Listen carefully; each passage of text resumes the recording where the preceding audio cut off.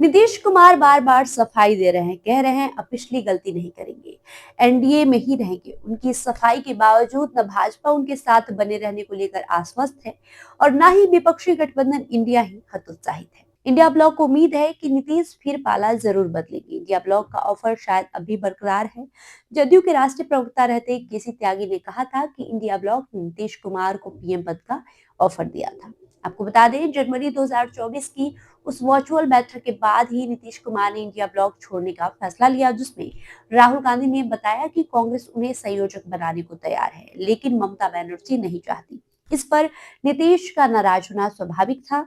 सहमति बनाकर ही उन्होंने ममता बनर्जी को सबके साथ बैठने को राजी किया था। उनमें कांग्रेस भी थी, जिसमें ममता बनर्जी आज भी चिढ़ती हैं। चिढ़ ऐसी कि बंगाल में कांग्रेस को नेस्ता नाबूद कर दिया और अब राहुल गांधी की लीडरशिप को भी चुनौती दे रही है। चुनौती भी गजब की। पहले गोलबंदी की और बाद में कमान संभालने की रजामंदी का ऐलान भी कर दिया।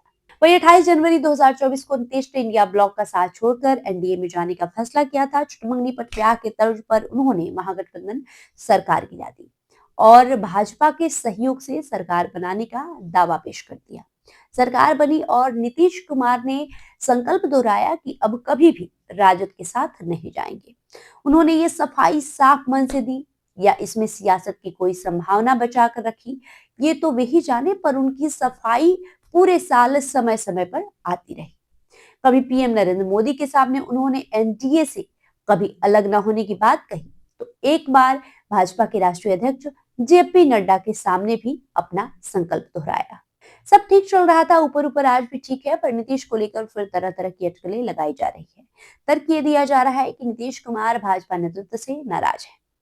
हालांकि नीतीश कुमार ने कभी अपनी जुबान से नाराजगी की बात नहीं कही, लेकिन उनके इशारे नाराजगी की आशंका को जन्म जरूर दे रहे हैं। अमित शाह ने बिहार में अगले सीएम के बाबत जब से ये कहा कि मुख्यमंत्री का फैसला संसदीय बोझ करेगा, तभी से नीतीश की नाराजगी की अटकलें लगाई जा रही है। इसमें तड़का तब लग गया जब पटना में हुए निवेशकों के सम्मेलन बिहार कनेक्ट से नीतीश ने दूरी बना ली।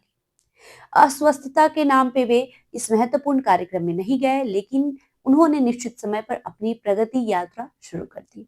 इससे लोगों को शंका हुई कि वे नाराज हैं। वही मीडिया में चल रही ऐसे खबरों पर नीतीश कुमार की चुप्पी ने अटकलों का बाजार गर्म कर दिया है।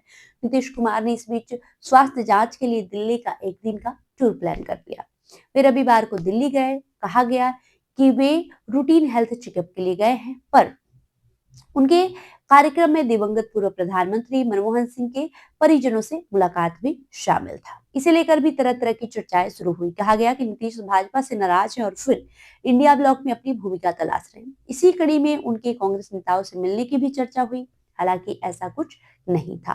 कहने वाले ने ये भी कहा कि वे भाजपा नेताओं से मिलकर अमित शाह के बयान पर आपत्ति जता सकते हैं।